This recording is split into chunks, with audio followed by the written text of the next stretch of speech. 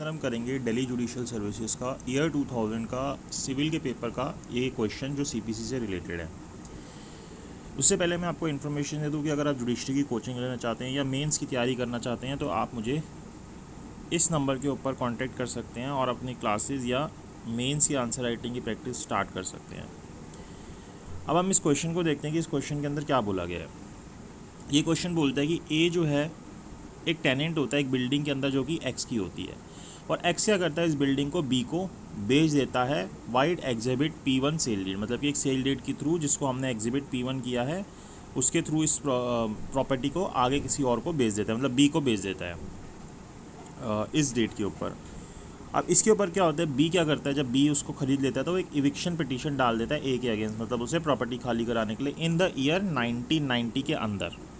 किस ग्राउंड के ऊपर, on non payment of rent, की भाई ये रेंट नहीं दे रहा, इसलिए ये प्रॉपर्टी जो है वो इससे एविक्ट करवाई जाए और मुझे वापस दिलाई जाए इसका पोजीशन।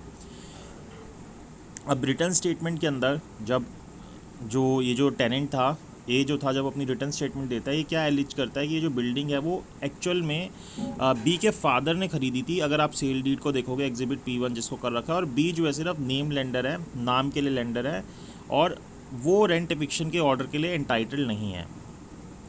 जब ट्रायल चलता है तो कोर्ट को ये मिलता है कि बी जो है वो रियल ऑनर है एग्जिबिट P1 के हिसाब से, यानी कि सेल डीड के हिसाब से, और रेंट के लिए एंटाइटल है। लेकिन ये जो सूट है डिसमिस हो जाता है, क्यों? क्योंकि ए जो है ना रेंट का जो एरियर्स है, यानी कि जो भी उसने पैसा देना था रेंट का, वो पे कर देता है, इसलिए ये जो सूट होता है वो डिसमिस हो जाता है कोर्ट के थ्रू। लेकिन कोर्ट इस चीज़ को डिसाइड कर देता है कि बी जो है इसका रियल ऑनर है।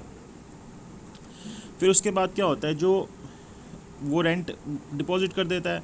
अब 1994 के अंदर बी जो है सूट करता है फिर से इविक्शन के लिए ए का, लेकिन इस बारी क्या ग्राउंड लेता है, बोनाफाइड रिक्वायरमेंट का, कि मुझे ज़रूरत है इसलिए इससे प्रॉपर्टी खाली करवा दी जाए।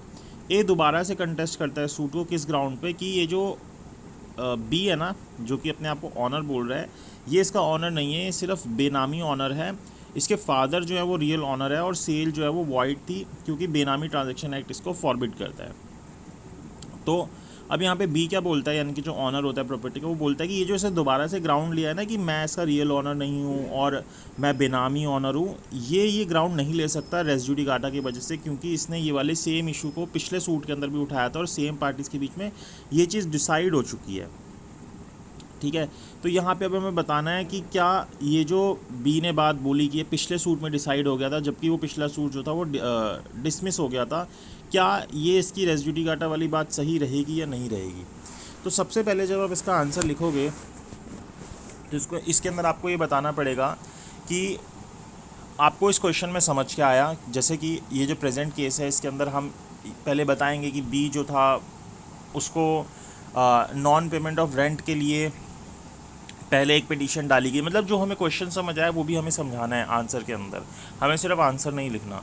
तो हम इसके अंदर समझाएंगे कि हाँ हमें ये समझ आया कि बी के अगेंस्ट इस ग्राउंड के ऊपर एक एविक्शन पिटीशन डाली गई थी कि वो रेंट पे नहीं कर रहा, जिसके अंदर बी ने ये ग्राउंड लिया ए ने ये ग्राउंड लिया कि ये जो बी है ये रियल ऑनर नहीं है, ये सिर्फ एक नेम लेंडर है, और इसलिए जो बी है वो रेंट को रिकवर करने के लिए एंटाइटल नहीं है।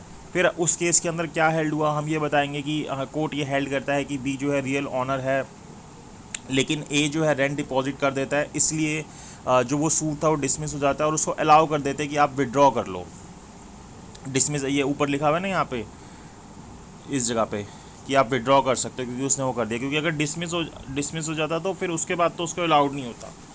ऑर्डर 23 जब हम देखते हैं उसके अंदर बता रखा है ना ये चीज़, तो वही चीज़ होगी, तो उसको अलाउ कर देते हैं कि आप इसको विड्रॉ कर लो, उसने जो है यहाँ पे रेंट डिपॉजिट कर दिया, अदरवाइज कोर्ट इसको डिसमिस करेगा। देन अगर आपको बाद में कोई सूट फाइल करना होगा तो आप नहीं कर पाओगे। तो इन फैक्ट्स को देखते हुए हमें ये समझ आया कि हमें डिसाइड क्या करना है। हमें डिसाइड ये करना है कि जो इसकी प्ली है बी की, कि भाई वो रियल ऑनर है या नहीं है। ये जो दूसरे सूट के अंदर उसने ली कि भाई यहाँ पे तो रेस जुडिकाटा लग जाएगा, ये दोबारा से ये वाला ग्राउंड नहीं ले सकता, तो क्या ये बी की प्ली है, जो रियल ऑनर उसकी प्ली है, क्या ये सही है। और दूसरी बात जो यहाँ पे इसने एंड में बोली है ये वाली रिसाइटल वाली बात, तो इन दोनों चीज़ों को हमें डिसाइड करना है। अब इसके अंदर अगर आप देखोगे तो एक केस था पवन कुमार गुप्ता वर्सेस पवन कुमार गुप्ता वर्सेस पवन कुमार गुप्ता वर्सेस रोचीराम नागेड़ियो, रोची राम नागेड़ियो। तो ये जो केस था ये 1999 का केस है। अब देखो ये चीज़ एक समझने वाली केस है। जब भी आप कोई भी एग्ज़ाम दोगे जुडिशरी का, तो उसके अंदर देखना कि आपसे ऐसे 50 साल पुराने या 10 साल पुराने या 30 साल पुराने केसेस से वो जनरली क्वेश्चन पूछने की कोशिश नहीं करता। या तो वो बहुत लैंडमार्क हो तब पूछता है, अदरवाइज़ अब जैसे मान लीजिए 2000 के दिल्ली जुडिशरी का क्वेश्चन है, तो इसके अंदर जो केस आया ना आपका, जो पूछा गया इसके अंदर फैक्ट्स, वो ज़्यादा से ज़्यादा 1 साल पुराने हो सकते हैं। तो मान लो अगर आपका 2023 के अंदर एग्ज़ाम हो रहा है, तो आप 2023 के करंट के जो केसेस हैं वो कवर कर लो, 2022 के कर लो। बहुत कम चांसेस है कि 2021 के पूछेगा, इन दोनों ईयर में से ही पूछेगा जो करंट में चल रहे हैं। तो उस वाले ईयर के केसेस को अपडेट कर लो, प्लस लैंडमार्क केसेस जो है उनको अपडेट कर लो। तो बेसिकली आपको सारे जितने केसेस वो तैयार करने की जरूरत नहीं है, रिसेंट में से ही जनरली पूछता है। बहुत कम चांस होता है कि पहले से कोई पूछ ले। जब भी आप कोई प्रैक्टिकल का क्वेश्चन देखोगे दिल्ली जुडिशरी में, तो आपको जनरली देखने को मिलेगा कि रिसेंट ही किसी केस में से वो कवर हो रहा है। तो यहाँ पे भी जब ये 2000 ईयर के अंदर क्वेश्चन आया था, तो ये जो केस था वो 1999 का ही केस था, जिसके अंदर इसी तरीके के फैक्ट्स देखने को मिले थे कि भाई एक व्यक्ति होता है जिसके अंदर उसका सूट डिसमिस हो जाए, सेम फैक्ट्स थे, और वो ऑनर होता है, वही सब चीज़ें, वही जो हमने पढ़े ना, सेम फैक्ट सेम थे इसके अंदर। अगर आप इस केस को निकाल के भी पढ़ोगे आपको यही चीज़ देखने को मिलेगी। तो इसके अंदर ये हेल्ड हुआ था, अगर आप इस केस की समरी को देखोगे, कि अगर कोई सूट डिसमिस होता है on the basis of maintainability, किस बेसिस पे डिसमिस होता है? On the basis of maintainability. अब मेंटेनेबिलिटी पे डिसमिस हुआ, that means nothing has been decided in this case.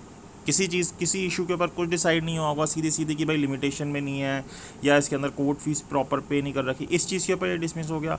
तो दैट मीन्स कि इसकी किसी चीज़ को हम आगे चल के रेजिड्यू डाटा की तरह यूज़ नहीं कर सकते। बट अगर कोई सूट डिसमिस तो हुआ है, लेकिन किस कारण से हुआ है? कि उसके अंदर कॉज जो है वो एक्सटिंग्विश हो गया, कॉज एक्सटिंग्विश हो गया। यानी कि जैसे कि हमारे प्रेजेंट केस के अंदर कॉज कैसे एक्सटिंग्विश हुआ था पहले केस के अंदर, कि उसने रेंट पे कर दिया।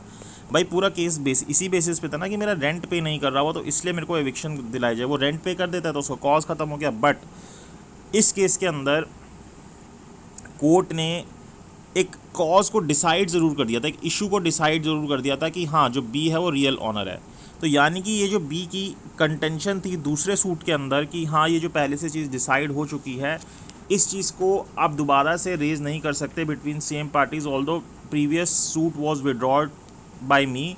तो इस कंटेंशन को बिल्कुल ठीक आप कह सकते हो एज़ पर दिस केस जो मैंने आपको बताया था। और इस हिसाब से यहाँ पे जो बी की एक कंटेंशन है कि आप इस दोबारा से ग्राउंड को नहीं ले सकते, बी की कंटेंशन बिल्कुल ठीक है। और साथ ही साथ यहाँ पे जब आप आखिरी में पढ़ोगे तो बी ने एक और चीज़ बोली है कि that the party you want to prove the recital in exhibit P1 are untrue must bear the burden to prove it. यानी कि यहाँ पे बी जो है ना वो रिसाइटल के ऊपर भी बात कर रहा है कि ये जो सेल डीड थी इसकी रिसाइटल जो है वो ठीक नहीं है, ये सब चीज़ें।